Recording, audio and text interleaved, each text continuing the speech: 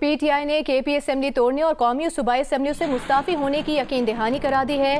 مولانا فضل الرحمان کا بڑا دعویٰ، کہا کامران مرتضیٰ کی سربراہی میں کمیٹی بنا دی جو پی ٹی آئی سے مل کر اگلی حکمت عملی طے کرے گی۔ اسلام آباد میں میڈیا ٹاک کرتے ہوئے مولانا فضل الرحمان نے کہا کہ بانی پی ٹی آئی سمیت کسی سیاستدان پر مقدمے نہیں بننے چاہیے۔ نون لیگ اور پیپلز پارٹی کو حکومت راس نہیں آ رہی، دونوں کو پہلے ہی منع کیا تھا کہ حکومت نہ لیں۔ بنگلہ دیش میں کشیدہ صورتحال کے باعث پاکستانی طلبہ مختلف تعلیمی اداروں کے ہاسٹلز میں پھنس کر رہ گئے ہیں۔ پاکستانی طلبہ سے رابطہ منقطع ہونے پر پاکستان میں والدین پریشان ہیں۔ وزیر اعظم کے ایڈیشنل سیکرٹری کو خط لکھ کر طلبہ کے والدین کا حکومت سے فوری ایکشن کا مطالبہ۔ خط میں کہا گیا ہے کہ بنگلہ دیشی حکومت نے مقامی طلبہ کو ہاسٹل سے نکال دیا ہے۔ پاکستانی طلبہ ہاسٹلز میں محصور ہو کر رہ گئے۔ پاکستانی طلبہ ساکھ کوٹے کے تحت بنگلہ دیش کے کالجز میں زیر تعلیم ہیں۔ بنگلہ دیش میں فسادات کے بعد کرفیو نافذ ہے۔ والدین کا تمام پاکستانی طلبہ کی جلد واپسی یقینی بنانے کا مطالبہ۔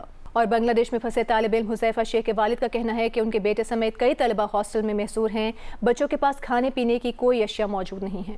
ہماری بات حذیفہ سے 4 سے 5 دن پہلے ہوئی تھی، اس کے بعد نہ میسیج اس کے ذریعے ہو رہی ہے نہ ٹیلی فونیکلی بات ہو رہی ہے۔ میسیج کے تھرو بھی ہم نے کوشش کی ہے کہ بچوں سے بات ہو جائے، نہیں ہو پا رہی، اور ہمیں سننے میں آیا ہے کہ ان کے پاس کھانے پینے کے لیے کوئی چیز نہیں ہے پچھلے 2-3 دن سے۔ ہم نے یہ نوٹس جو ہے فارن آفس کے نوٹس میں لائے ہیں یہ ساری بات، لیکن وہاں سے بھی ابھی کوئی ایسے ہمیں کوئی ایسا رسپانس نہیں ملا جو انہوں نے ہمیں کہا ہو کہ جی ہم بچوں کو دیکھ رہے ہیں۔ بچے اسٹرک ہوئے ہیں اپنے ہاسٹلز میں۔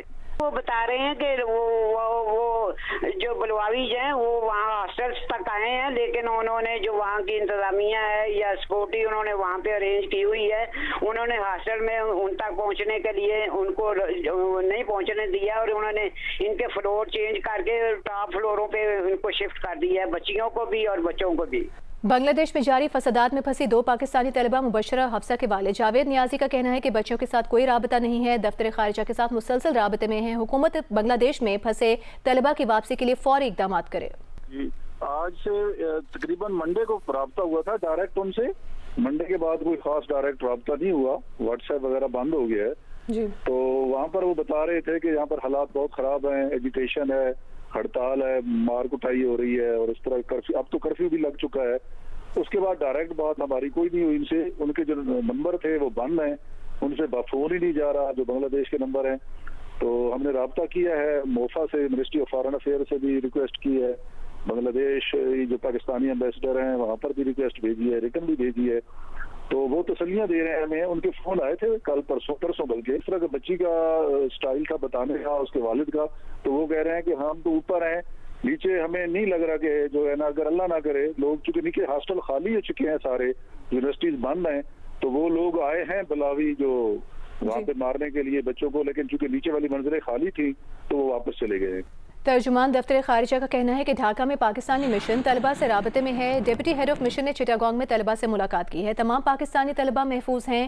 ہائی کمیشن نے طلبہ کو محفوظ مقامات پر جگہ فراہم کر دی ہے۔ ان محفوظ مقامات میں سفیر کی رہائش گاہ اور کچھ دیگر مقامات شامل ہیں۔ انسانی حقوق کمیشن آف پاکستان نے اپنے کل کے بیان میں غلطی درست کرنے کی گزارش کی ہے۔ کمیشن کے مطابق 19 جولائی کو بنوں میں شہریوں کی ایک ریلی میں عسکریت پسندی کے خاتمے کا مطالبہ کیا گیا۔ کمیشن امن کے مطالبے کے ساتھ ہے، مگر ریلی کے دوران 2 طرفہ فائرنگ کے نتیجے میں ہلاک ہونے والوں کی تعداد ہمیں بغیر تصدیق کے شیئر نہیں کرنی چاہیے تھی۔ ہمیں اس غلطی پر بہت افسوس ہے۔ سابق نگراں وفاقی وزیر گوہر اعجاز نے کہا ہے کہ جنوری 2024 سے مارچ 2024 تک ہر ماہ آئی پی پیز کو 150 ارب روپے کیپیسٹی چارجز میں دیے گئے۔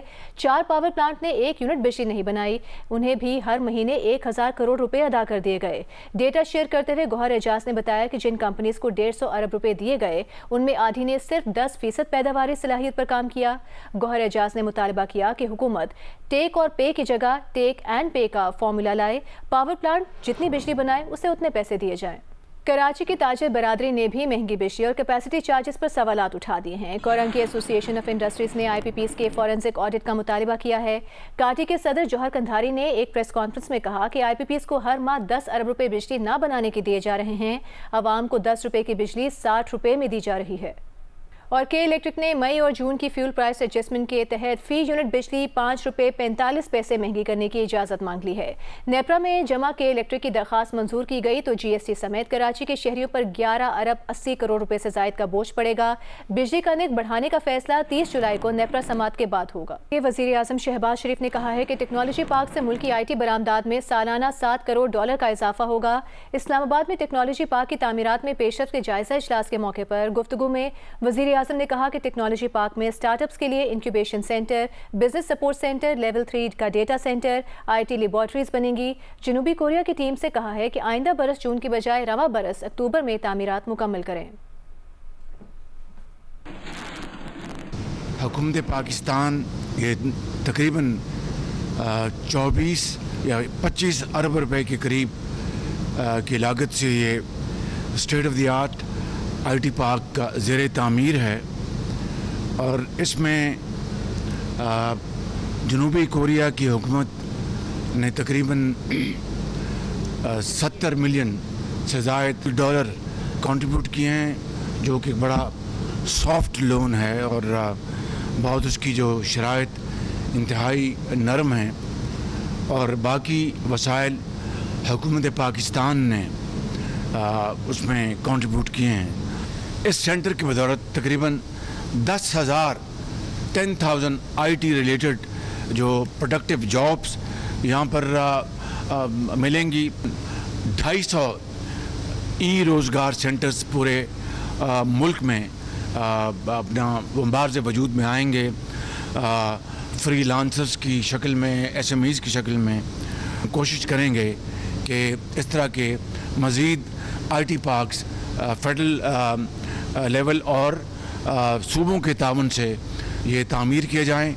تحریک تحفظ آئینی پاکستان نے بانی پی ٹی آئی سمیت تمام سیاسی قیدیوں کی رہائی اور مینڈیٹ کی واپسی سمیت دیگر مطالبات کی منظوری کے لیے 26 جولائی کو احتجاج کا اعلان کر دیا ہے۔ محمود خان اچکزئی کی زیر صدارت اجلاس میں حکومت سے فوری استعفے اور انتخابات کا مطالبہ کیا گیا۔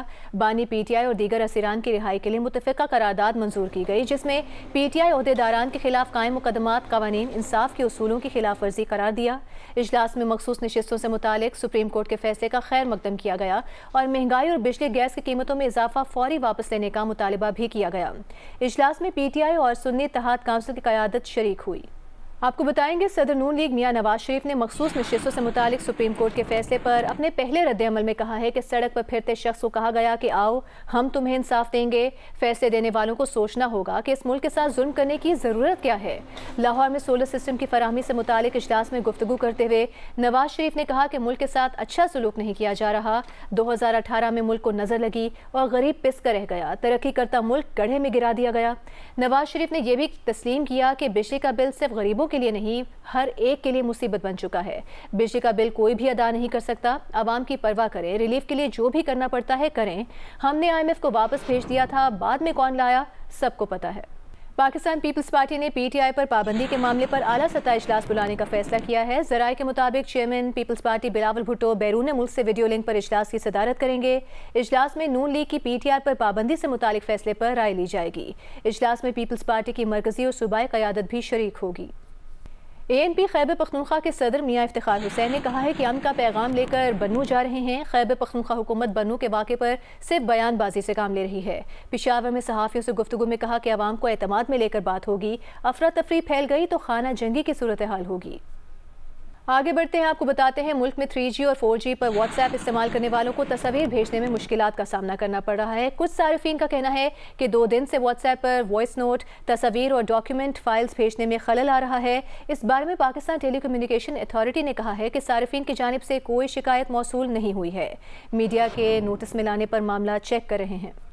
مولانا فضل الرحمان کا یہ دعویٰ سامنے آیا تھا کہ پی ٹی آئی نے اسمبلیوں سے مستعفی ہونے کی یقین دہانی کرا دی ہے۔ اس پر بات کریں گے نمائندہ جیو نیوز حیدر شیرازی سے۔ Haider Shirazi, chairman P T I barrister Gohar کا یہ بیان سامنے آیا ہے کہ ایسی کوئی بات نہیں ہوئی، آپ کے پاس کیا اطلاعات ہیں؟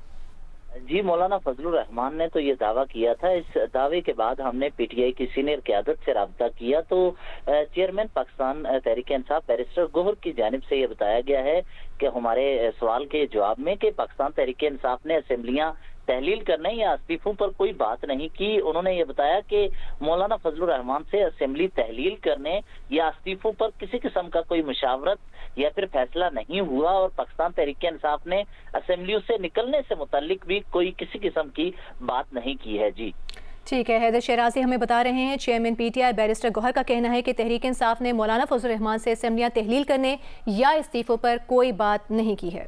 گورنر سندھ کامران ٹسوری سے ایم کیو ایم کے ارکان قومی اور صوبائی اسمبلی نے گورنر ہاؤس میں ملاقات کی ہے. ترجمان گورنر سندھ کے مطابق ارکان اسمبلی نے اپنے حلقوں میں عوام کو درپیش مسائل اور ضروریات سے آگاہ کیا. گورنر انیشیٹو کو اپنے حلقوں میں شروع کرنے کے لیے تجاویز پیش کی اور گورنر سندھ کو دعوت دی کہ وہ ان کے حلقوں کا دورہ کریں. سرائے کا کہنا ہے صنم جاوید کیس میں مروجہ قانونی طریقہ کار کے مطابق نظر ثانی اپیل دائر کی گئی ہے.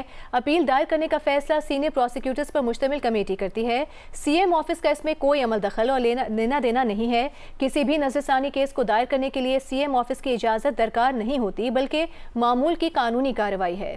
صنم جاوید کیس میں بھی پروسیکیوٹر آفس جنرل آفس نے مروجہ قوانین کے مطابق اپیل دائر کی ہے. ذرائع کا یہ بھی کہنا ہے کہ انسداد دہشت گردی ایکٹ میں ایسی نظر ثانی اپیلیں استغاثہ کیس کو متاثر کرنے والی قانونی نکات کی غلط تشریح کی وجہ سے دائر کی جاتی ہیں. مٹیاری کے نواحی گاؤں میں 4 روز میں 6 بچے خسرہ سے جاں بحق ہو گئے ہیں. ورثاء نے الزام عائد کیا ہے کہ مزید 4 بچے بیمار ہیں لیکن اب تک ان کا علاج شروع نہیں کیا گیا. ڈی سی مٹیاری کا کہنا ہے کہ اطلاع پر محکمہ ہیلتھ کی ٹیمز روانہ کر دی گئی تھیں. محکمہ ہیلتھ کی ٹیمز نے بچوں کو حفاظتی ٹیکے لگا دیے ہیں. بچوں کی اموات پر انکوائری ٹیم بھی تشکیل دے دی گئی ہے. جہاں یہ اموات ہوئی ہیں وہاں کے لوگوں نے اپنے بچوں کو حفاظتی ٹیکے نہیں لگوائے تھے. پاکستان کے ناصر اقبال نے آسٹریلیا میں جاری چیمپئن اوپن اسکواش چیمپئن شپ کے فائنل میں جگہ بنا لی ہے.